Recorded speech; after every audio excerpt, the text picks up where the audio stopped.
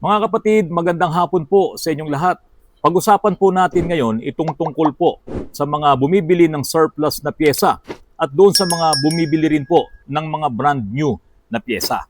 Marami po kasing mga customers at mga subscribers po ni Autorans ay nagtatanong, kapag daw po ba sila ay bumili ng surplus na pyesa, yun daw po ba ay may warranty? O Sir Ariel, Miss Rupa Rosario, na kinukuhanan natin ng mga surplus parts, sana po mapanood nyo po itong vlog na ito dahil ito po ay para sa inyo at para sa mga customers po ni Autorans na nangangailangan ng mga surplus parts.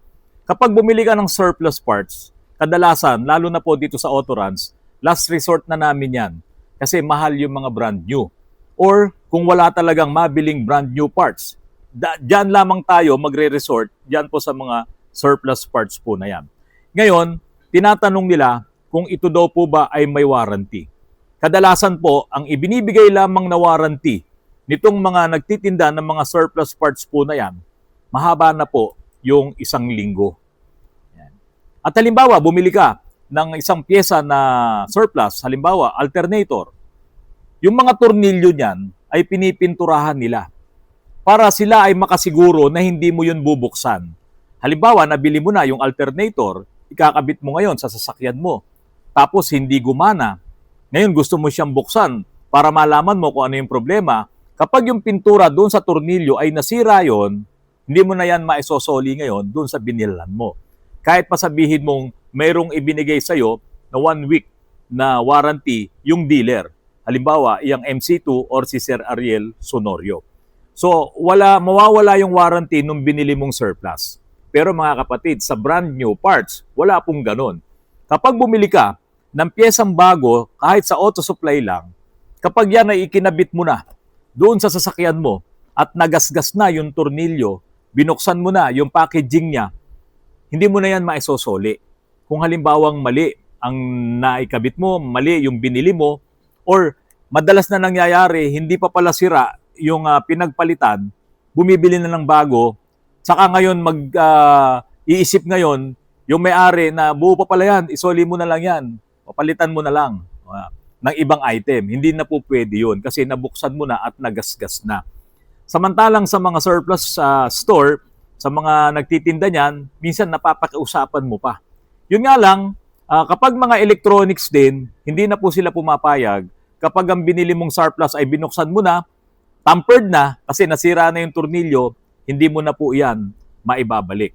Kaya po doon sa mga tao na akala nila ay may warranty itong mga surplus na pyesa na yan, unang-una, malaki na po ang wear and tear niyan dahil yan ay gamit na rin po. Kaya nga ang gusto nila ay yung mga Japan surplus. Kasi sa Japan po ganito kapag ka ang isang sasakyan doon, halimbawa nabangga, o kaya naman may nasira lang na ilaw, no? Yan ay hindi na pinapagawa. Dahil kung ipapagawa mo yan, mas mahal pa. Ngayon, i-ginadjunk na lang yan. Kaya doon, yung mga ginadjunk na mga sasakyan doon, talagang maayos pa yung mga pyesa.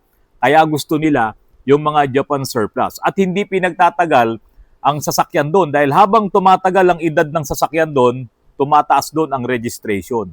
Tumataas ang insurance. Kaya ang gagawin na lamang nitong mga nandyan sa Japan, bibili na lamang po sila ng bago at itong luma ay dinadala sa yarda para nga ibenta naman ng mga surplus papunta din sa iba't ibang mga bansa. Yun ang dahilan kung bakit gusto nila ng mga bumibili na Japan surplus kasi nga hindi masyadong gamit, medyo matibay pa siya. Ngayon, marami na rin po ngayon na mga maluloko din na nagtitinda ng mga surplus, Pinoy surplus, gamit na dito at sasabihin nila na iyon ay Japan. Iyon ay galing ng Korea. Kaya marami rin pong naloloko. Kaya kamukat-mukat mo, pag ginamit mo yung surplus na yon, minsan 1 linggo lang, minsan 2 linggo lang, nasisira na, hindi mo na yun maisosoli. Kasi nga po, kadalasan ay 1 week lang ang ibinibigay na warranty nitong mga nagtitinda ng surplus. Kaya mabuti kung halimbawa, ikaw ay bibili ng surplus, hanggat maaari, kilala mo yung bibilhan mo. Or magpapabili ka sa kaibigan mo na kilala yung mga tindahan na yon dahil pwede naman talagang makiusap. Kung halimbawa, nasira yung pyesa, dahil kung hindi naman masyadong mahal yung pyesang binili mo, ay pwedeng papalitan, pwedeng isoli. Ngayon, ito ang isang mga malalaking problema ng mga bumibili po ng mga surplus na pyesa. Kadalasan po na nangyayari, yung mga malalaking problema ay ito pong bumibili ng mga surplus ng mga automatic transmission. Yan. Marami po kasing nasisiraan ng mga automatic transmission. Dadalhin nila dyan sa Banawe, dadalhin nila dyan sa Santa Cruz, sa Blumentritt, at may mga surplus na transmission doon, isasalpak sa kanila yon, doon na sila magbabayaran. Medyo mura kasi yun eh. Halimbawa, sa mga lumang Honda, makakakuha ka na dyan ng mga surplus na transmission, pinakamura na yung 25,000. Isasalpak sa'yo, kapag ka umandar na, okay na, uwi ka na. After mga ilang araw, kung nagloko, pwede mo pang ibalik sa kanila kasi binibigyan nila yan ng warranty na pinakamaiksi yung 1 linggo. Ngayon, kung kaibigan mo at magiging maganda usapan nyo, nung binilhan mo, ay minsan napapahaba nila ng 2 linggo. Pero hindi nila pahabain yan ng ilang buwan kasi alam nila luma na yung transmission na ikinabit sa'yo. At alam din nila na anytime soon pwedeng masira yon. Ngayon, marami kaming mga nagawa dito na mga sirang automatic transmission. Kaya lang ang problema doon sa iba, hindi nila sinasabing surplus yung kanilang ikinabit. Malalaman na lamang namin yan pagdating dito sa shop at makita namin yung mga tornilyo, may mga pintura na kulay orange. Yung kasi yung nilalagay na pintura doon. Ibig sabihin, hindi mo pwedeng buksan yan.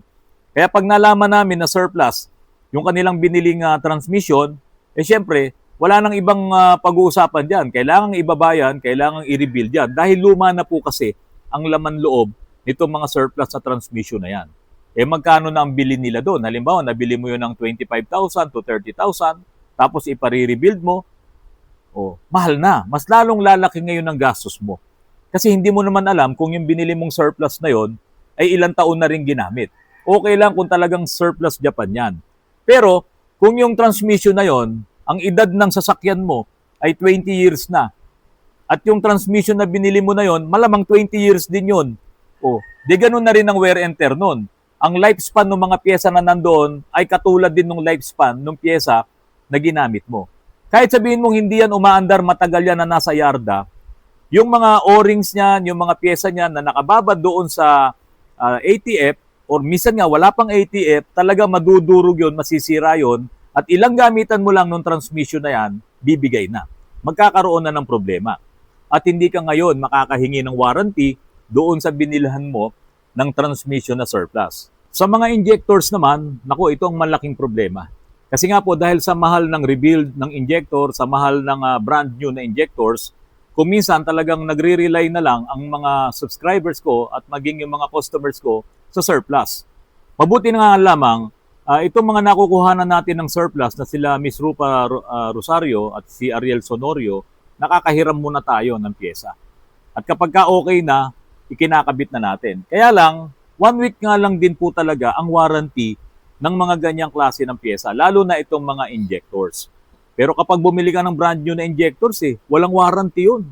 Kapag isinalpak mo yun at minalas-malas ka talaga na nasira ulit yun, dahil marumi tangke mo, marumi ang fuel lines mo, may problema talaga yung sasakyan mo, sisirain yung injectors kahit bago pa yan, mas lalong malaking problema, napakamahal.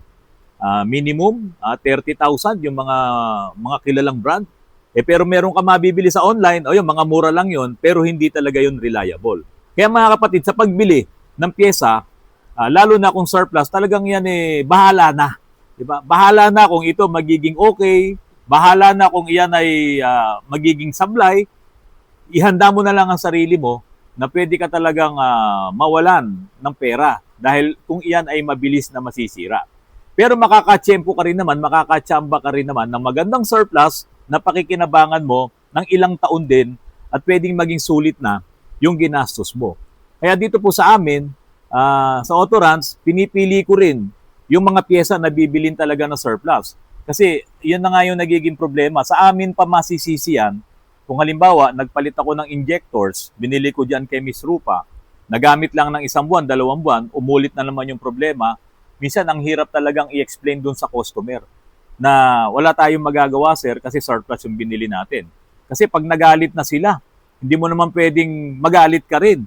Kaya ang gagawin ko, tatawag ako kay Miss Rupa Rosario, kung sa kanya ko binili, ang nangyayari na lang, nakakahingi po kami ng discount. Ito mga kapatid, meron akong babanggitin sa inyo. Mayroong nagpalit ng differential carrier. Bumili ng bungo diyan sa Blumentritt.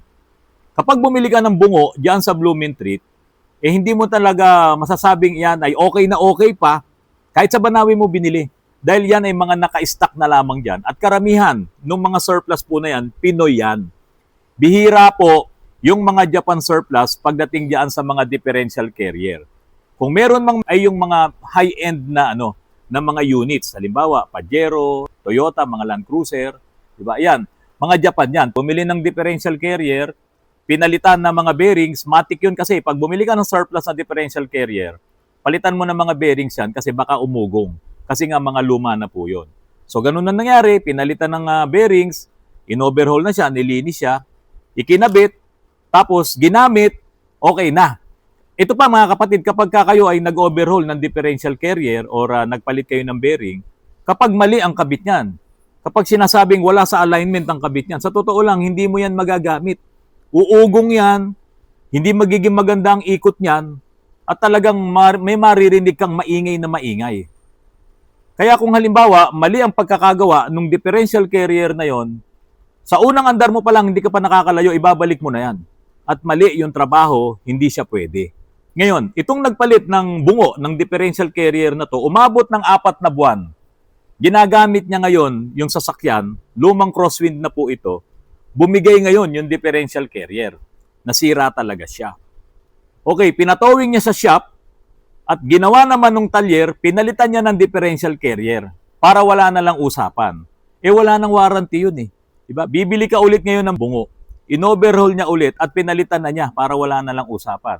Ngayon, nung natapos na, itong may-ari nito humihingi pa ulit ng warranty. Paano daw kung masisira ulit yun? Ang hirap i-explain. Kaya nga po sa bungad pa lang nitong vlog ko, kapag bumili ka ng surplus, mismong yung nagbenta niyan, 1 linggo lang ang ibibigay sa yung warranty. Kahit sila hindi nila alam kung kailan yan mananatiling buo or kung kailan yan mananatiling sira.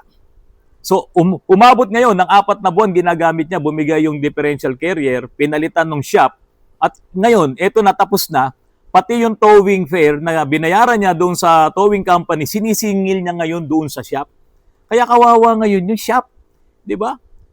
Biro mo, sisingilin mo yun, 4 na buwan mong ginamit, nagpasasaka na ginagamit mo yun, tapos nasira yung differential carrier, nabungi yung ring gear, isisisi pa sa'yo.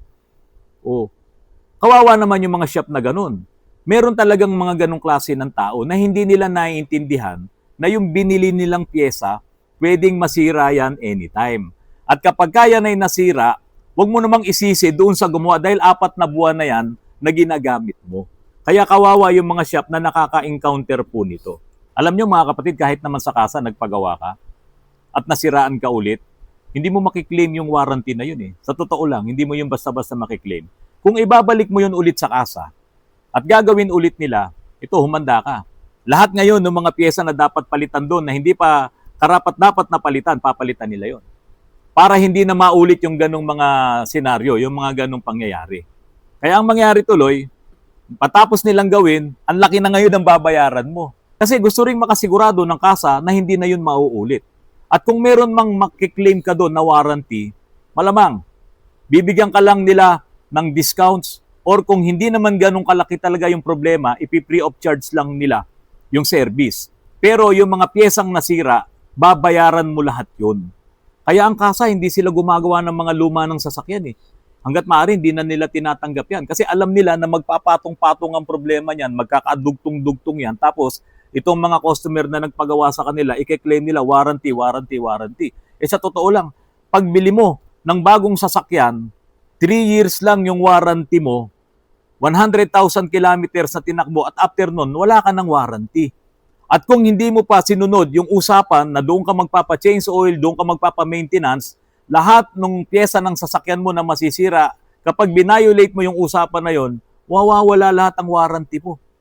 O, tapos ngayon, nasiraan ka ng differential, sisingilin mo doon sa shop na gumawa, sisingilin mo doon sa binilan mo ng differential, hindi po ganun talaga yon. Kaya kung halimbawa, takot ka na masira ang luma mo ng sasakyan, magpalit ka ng bagong sasakyan para makaiwas ka ngayon diyan sa mga problema po na yan.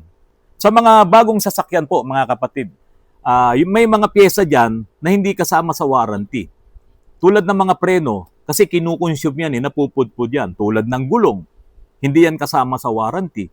Tulad ng mga pintuan na yung body ng sasakyan, nagasgas yan, hindi yan winawarranty ng kasa. Halimbawa, yung mga door handle, dadaan ka pa sa butas ng karayom. Kung halimbawa nasira ang door handle mo, baka bago-bago ng sasakyan mo, pag iimbestigahan muna nila yan. Kung bakit yan nasira, baka mamaya napuwersa mo o hindi nila yan iwawarranty.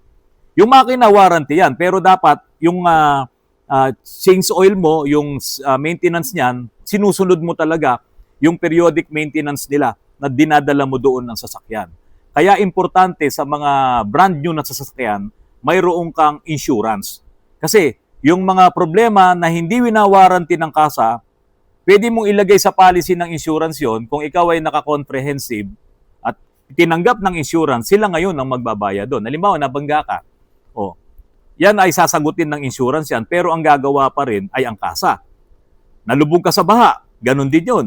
Dapat meron kang acts of nature, sasagutin ng insurance yan, pero dapat yung lubog na hindi mo sinadya. Kasi kung sinadya mo rin na ilusong sa baha, hindi rin sasagutin ng insurance yan. Kaya po mga kapatid, importante yun. Yung warranty sa pyesa, hindi yan lahat ay merong warranty. Minsan nga, mas okay pa yung surplus eh. Sa brand nyo kasi, pagbili mo, halimbawa, bumili ka ng stereo, ikaw mismo yung nagkabit, nasira, wala na yan. Hindi mo na yan mapapalitan. Wala nang warranty yun. Halimbawa, bumili ka ng sensor sa kasa, pinabili mo lang, ikaw ang nagkabit, tapos hindi gumana, hindi mo na yan mapapalitan. Walang warranty yun. Yung mga ganyang mga electronics. At even yung mga pyesa na bago. Kapag binili mo yan sa auto supply, at ibinalik mo doon at sasabihin mong hindi gumagana, wala na pong warranty yan, lalo na yung mga electronics. Bumili ka ng ball joint, kinabit mo. Bumili ka ng alternator, kinabit mo. Nasira na yung, nagkaroon na ng gasgas yung mga tornilyo, hindi na yan mapapalitan. Bakit? Hindi na ngayon alam din ng tindahan or ng kasa kung yan ay buo pa o hindi. Hindi na rin nila yan maibebenta. Kaya walang warranty.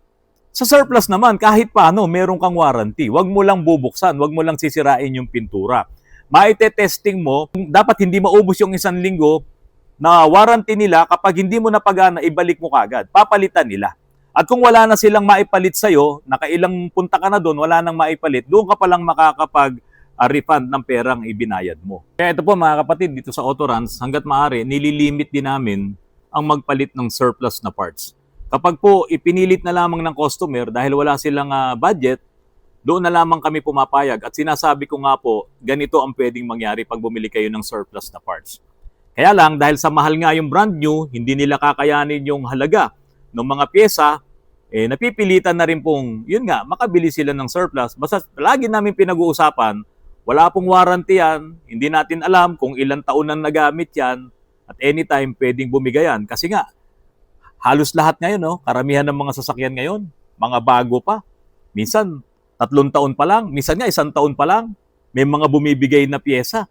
Ang mali nung iba, hindi na sila nagpapa-maintenance doon. Kaya nabovoid tuloy yung warranty nila.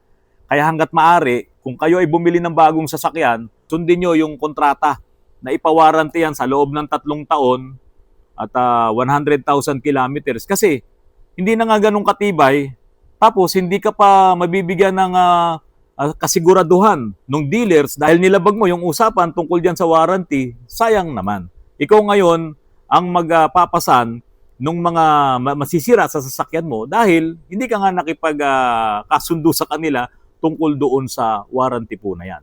Ngayon, doon sa mga segunda mano ng sasakyan, pwede namang talagang bumili ng surplus at sisiguraduhin lang natin na yung surplus talaga na yon ay buo. Pero kung tatanungin ng customer na may warranty ba yan, gaano katagal tatagal yan, hindi rin ho natin yan masasabi kapag ang binili nyo ay surplus. Kasi kahit nga yung mga brand nyo ngayon, maraming mga pyesa, hindi na rin po talaga tumatagal. Dahil nga karamihan ay mga electronics, kapag ka nag-init, bumibigay ka agad.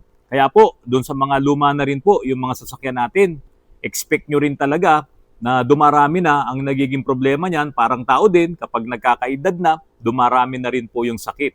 Pero siyempre, kapag hindi tayo napapagaling, nung doktor natin, Pwede rin kayong humanap ng ibang doktor, pwede kayong humanap ng ibang hospital. Ganon din naman po sa mga sasakyan. Kung hindi ko maayos ang inyong sasakyan, pwede kayong humanap din sa iba.